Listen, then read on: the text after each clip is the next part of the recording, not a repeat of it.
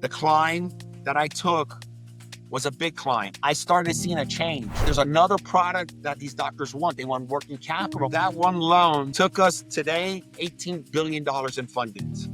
Because everyone did not understand the fast pass. That profile does not want to wait. That became the very first FinTech. You came up with this brilliant idea, these loans that you wanted to bring in like thousands of banks and let them bid. We recognized change, efficiency, and we had to lean into technology. That's when the FinTech became a FinTech. The reason I sold for the final billion, just to let everyone know,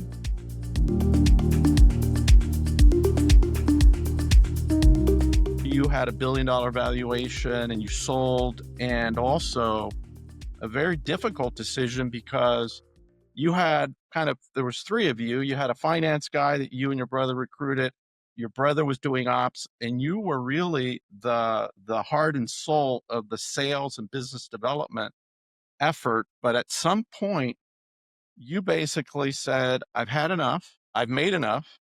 And I really want to focus on my family, my health, myself. You know, your brother probably didn't necessarily want you to go, but you came to a compromise that instead of forcing a sale and getting a private equity to get all this debt, 49% of the company was owned by a bank that you had brought in years ago. And you basically had your brother and Al buy you out, which I thought was brilliant. So tell us about this company you started. it's kind of crazy. You know, these kids spent $500,000 for a college degree about marketing. And I'm pretty good at the marketing because obviously it's a form of communication. And again, our school system sucks. But anyways, I'm so sensitive to that. I get in this business. It started with $1,700, as I mentioned, as a waiter, this and that. And I think the bigger story is not, I just didn't exit for $1 billion. I actually did it 3 times, 250 million, 600 million, and $1 billion. And sometimes I forget that. What was the business and how did you It was a FinTech. We started intentionally. We didn't start it as a FinTech. There was no such thing as FinTech. Right. We became the very first FinTech, not intentional. It just grew that way, just like Amazon is today's different business plan as Right. it was. And I want to go back to Amazon because I got a story about that. But tell us how you actually started and then how it grew into what it is. I was a broker out there giving value to business owners. They were looking for a forklift, X-ray machine, MRI machine, construction equipment. I would go ahead and find a bank. They will find the dealer, supplier of that X-ray machine. The bank will pay me a commission. So I was just really a finance broker doing really well. If I remember, you like paid money to take a course to teach you how to do this. $1,700. Remember I mentioned that Dixie, my mother loaned me. I was a junkie. You'll read in my book. I was really, truly addicted. Like someone is addicted to drugs. I was addicted to the classified ads. Anything that said made $10,000 a month, a day, whatever. Packages will come to the house to the point where I would just get off on reading these packages, never doing nothing with it. One day, at the Rusty Pelican, I'm working. The next day, I go to the Better Business Bureau. True story. First of all, those classifieds, there was one package that came for equipment leasing and financing as a money broker. I found kind of interested, and it was one of many packages. But something changed in my life again. One day I go to the office on Red Road in Hialeah at the Better Business Bureau, where they give you a stack of leads, point you to a desk, and start calling the business owners. Well, guess what the first lead was? The same company who sent me the package a couple of weeks prior. That was like porn. It's like, I'm now stimulated. It's like, oh my God, game on. I called, I put my best sales hat on. I actually got the appointment to go to the office. It was an older man. He goes, I think the Better Business Bureau is a scam. It didn't have a good name back then. There's no value here. However, I want you to come to the office. I'll buy this stupid thing. He said it more or less like that. I don't know exact words. It was a couple $100 under one condition. You come work for me. Oh. And of course I said yes, because I'm really stimulated. That's how I got in the business. What was it about you that like made him? He obviously, he saw that I was obsessed. He saw something in me. And that's why I keep talking about, you got to put yourself in these situations. If I didn't do that intentionally, I wouldn't have be sitting here today with my story. That one thing. So our decisions every day can change your life, but you got to get away from the distractions. Right. He sensed it. He was an older man, seasoned business guy. And so I did well. writing a bunch of business, calling everyone. I was just really intentional. People liked me. They said yes to me. And then one day he had two children, and they were in their early 50s. One was addicted to pills. The other one was addicted to something else. I used to drop him off here in Los Olas, where I eventually bought 4 homes. And I said, one day I'm going to live here. I used to drop him off the aisles, and then had to take the bus on Broward Boulevard, which is a tough neighborhood, to get back to Hialeah. And he says, one day, he goes, here you go, dude. He says, this is my Rolodex. I'm out of his business. Whatever his two said, they don't want nothing. He was an older man. Can you explain to the Gen Zs what a Rolodex is? A Rolodex is like a little phone book with a bunch of phone numbers and all your real good contacts. And I used to use his name a lot. He had a really good name in the business. And he goes, this is yours now. And when he handed it to me, he pulled it back. He goes, but you're going to pay for it. He was actually teaching me a lesson. He says, you're going to pay me $1,700. I go home, tell my wife this story. Dixie, my mother-in-law, was overhearing it. And then in Spanish, she whips out all the cash the family had. She's seen something. She's seen change in me. She's seen something, I don't know, just like that individual. And that changed my life. He was giving you all these leads. What were they for, and what were you then? How were you monetizing them? These were the lenders. This is with the Holy Grail. This is where I can get the business, but I never knew, it'll take me years to get deep to the true lenders. There's a lot of layers. Right. And these are and you had to know what they were lending, what they weren't, what were. You give me someone, I said, Charlie, call. They're going to put me in the front of the line. They're going to give me a minute. Talk about relationships. Fast forward, I became a broker, did really well, but I had to go back to work every Monday. I had a job. I started realizing there's no enterprise value here. One day, Eric and I, my brother, who I gave my brother the business, a 50% absolutely free, because he and I are 18 months apart. We do everything together. Plus, he's just excellent at operations. It was a value add. It was a lot of love, but I knew I was picking up a Tom Brady. So fast forward, we're killing it, Charlie. We are the #1 Southeast originators. I mean, just he and I, but maybe a couple people. And what kind of money can you make in this type of? Just give listeners. You can make $1 million. Like today in 2025, somebody can make $1 million a year. Describe like a typical transaction, and how much would you make on a transaction? Back then or now? No, back then. Back then, X-ray machine, 25,000. The shop will make $2,000, and I'll make 1,000. When I went on my own, when he gave me the Rolodex, that 2,000. Now it became me, because before I had to split it with him like a real. Oh, right. So now you're making 2,000. And how many of those transactions would you do a week, a month on average? When I finally left Rusty Pelican, left the Better Business Bureau, because I was very mindful of just not quitting like I quitted before and go all in, because I understood I had responsibilities. I had a daughter, I had a wife. We finally moved out of her mother's house. So I was making, by the time I quit both jobs, I was making probably maybe back then $75,000 a year, which is a lot of money for me. Remember, this is 36 years ago. And then fast forward, when he gave me that phone book, I really just kept working on a better Bobby. At that stage, I was probably maybe 250. Eric was 250 a year. And our commissions, were tighter, because the market was changing a little bit, because Siemens, GE was starting. This is very important. I started seeing a change. See, when you're really in tune, you're seeing changes right in front of you, and you're pivoting to the change. A lot of people are ignoring it, like what's going on in the economy today. We get invited, Eric and I, to Martha's Vineyard to give us some big recognition. These two rock stars. It was like an organization that had. Or were you like a franchisee? These were one of the lenders. He says, Bobby, I want you to come on Martha's Vineyard, man. You guys are workhorses. I want to introduce you to my #1 investment banker. He's a good dude. I just want to edify you, and I appreciate your business. We get there, Sophie, Barbie, and Eric, and there's an individual there. Because we said yes to the invite, third person we met and we hit it off became our third partner, the investment banker. Talk about, again, back in this call earlier, I talked about network, your association can change your life for the good, bad, and ugly. I tell Al, I said, Al, the market is changing, my brother. Don't get too excited here. He goes, well, what do you mean? I said, the equipment companies are giving the equipment away free, 0% interest. They're not going to need the financing, because they need to move a lot of product. But there's another product that these doctors want. They want working capital, because their insurance reimbursements are really running late. They never have enough money. He goes, Bobby, I can't do unsecured money. And I was explaining to him, of course you can, because I was believing in the concept. He goes, Bobby, it's just how I securitize the money. I need equipment. I said, why don't I do this out? Let me just send you a profile of one that'll say yes to 18% rate. Give him $50,000. He started laughing at me. He goes, Bobby, man, you're one persistent person. I chased this guy down for a month straight, nonstop, drove him crazy. He says, Bobby, send me a deal. I send him a deal. He goes, and he sends me back, you're telling me this doctor, I'm making it up, but pretty much $50,000 he wants. He makes $300,000 adjusted gross income, worth $2 million. He's a neurologist licensed for 11 years, premier leader in the community bank.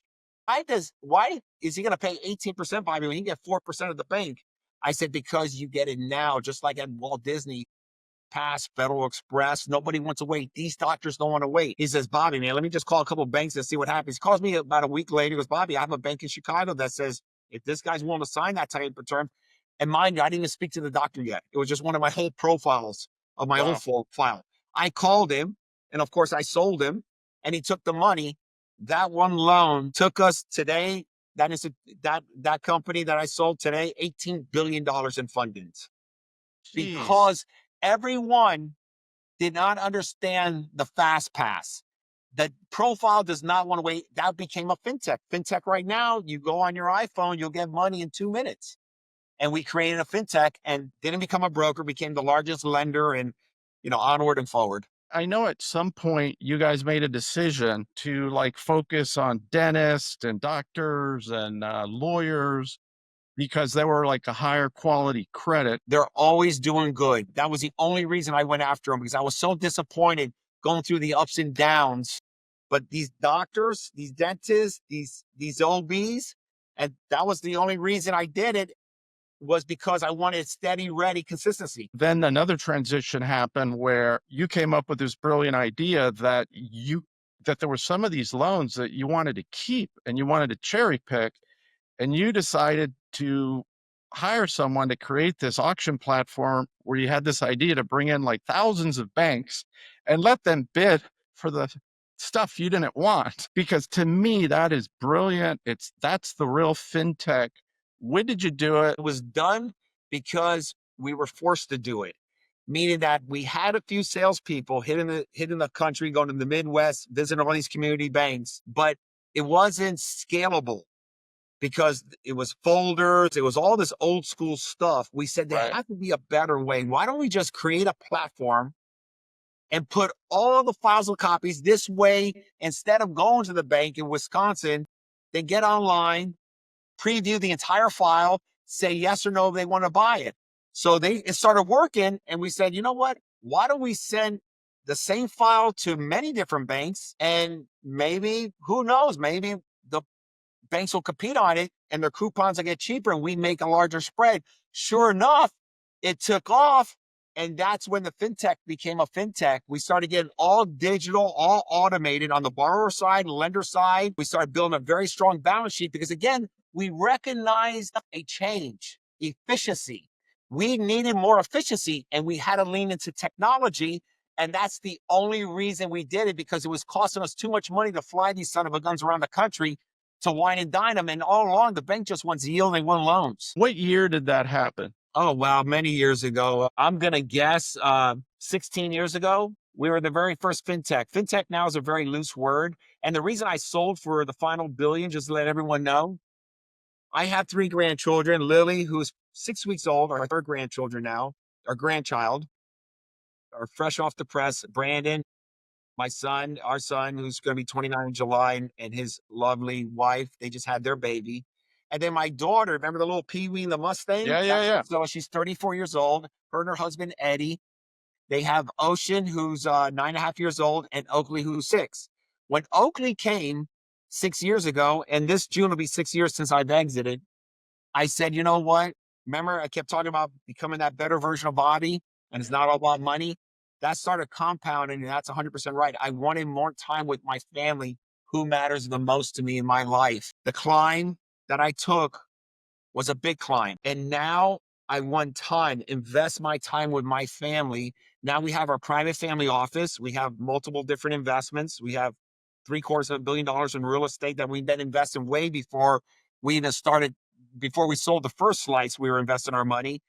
And now it's all about my family, man. That's the reason I exited. I wanted more time with my family who matters the most to me. We talked earlier about how important it is to have a partner with your spouse, but you also made very good choices in terms of the partner to initially have some liquidity. You gave them like 3 bites of the apple. Tell us about how you found them. How do you maintain? I've had private equity partners that come in and then things don't go right and then you get sideways with them, but you have maintained a great relationship with them. Still today, 5 founders are personal friends, especially one in particular. He just retired and he's officially exited. So they used to buy our paper, this institution. They were fairly large in Tennessee. Right. And they got to really know the 3 founders, our DNA. They started understanding the culture we were building. We used to put on bank seminars. They still do today. Can you And they talk started about who they are, or is that confidential? a Pinnacle Bank. No, they're publicly traded. BHE's mentioned all their statements. They're traded PNFP. The symbol is. And they're like a top 10 bank in the US, right? They're trading about over $100 a share. Bonafide solid, and it's been well over 10 years since they bought the first slice. They came knocking on the door. They said, guys, you have something special here. We would like to buy 30% of your company as investors. Continue allowing doing what you're doing. Keep 70%. We'll give you all cash. We'll send you 75 million bucks. That's that. Remember I told you about that 25 million when it showed up at the bank account? That was 25. 25 times 3 of us is 75 million. And they knew who you were. I mean, they knew you well. They knew the obsession. They seen what that gentleman, the leasing broker business seen. They seen what my mother-in-law seen. They seen Tom Brady's. Each of us are Tom Brady's. We just don't know it. We are great. So they saw greatness. And then we start seeing how these multiples work. Oh, this is how this works. It's almost like real estate. This is like selling loans. You didn't accept their offer immediately. You did some research, right? Accepted their offer immediately. We left a lot of money on the table, in my opinion. When someone throws 250 million and you're running a good and plus a good relationship, it was just a match made in heaven. 10 months later, we went back to them saying, hey guys, we still own 70%. You own 30. You have first right of refusal. We're going to take the business to market because we want to take off 19% more and still own and control 51% out of the 19. Would you like it? We'll take it all day long. Perfect. Remember, it's less than a year later, but it's not 250. It's 600 million. They said, you're out of your mind. And we understand about negotiation. You always agree. I agree. It's a big number, but that's the number. Long story short, the first deal closed within 3 months. The second deal, 600 million, closed in 4 months. Then the $1 billion slice, we didn't want private equity because anyone who's familiar with private equity, there's good, bad, and ugly. And big appetite for FinTech. I mean, some of the biggest from Soros, Freeze, KKR, Apollo, Allberg, all of them looking at this. I was ready. I told my 2 partners, I said, guys, different Bobby's here today, man. And they were so supportive and they were trying to convince me, don't do this, Bobby. BHE's a baby. I'm always a BHE for life. And I say, guys, this is what I want in my heart. And we agreed the best course. And then we went to our institutional bank base. And guess what? All those 2,000 relationships, a lot of them participated in the buyout with Eric and Al to buy me out. It was based on all cash. We are so close, the 3 of us today. I'll see them tonight, matter of fact, in Miami for the F1 event. I love them. And I honor both of these individuals because without those individuals, I don't have my story. And I hope they would say the same about me. And they're amazing. They have now 1,400 employees. They're doing 500 million a month. Wow. Building an incredible business. And they just they still wanted more of the company. They're both grandpas now. And, I'm sure one day when that day comes, they'll maybe come to a point saying, I want to do something else now. And business is always changing. As I had dinner with your brother and he said that, I guess the composition has changed from all those doctors and lawyers. And now, you have like small and medium businesses. How did that? Consumers, it's just almost like Amazon. It keeps evolving to something else. Right. And that's what's great about business. A lot of people think they fail because, oh my God, you're evolving to something greater and grander. Right.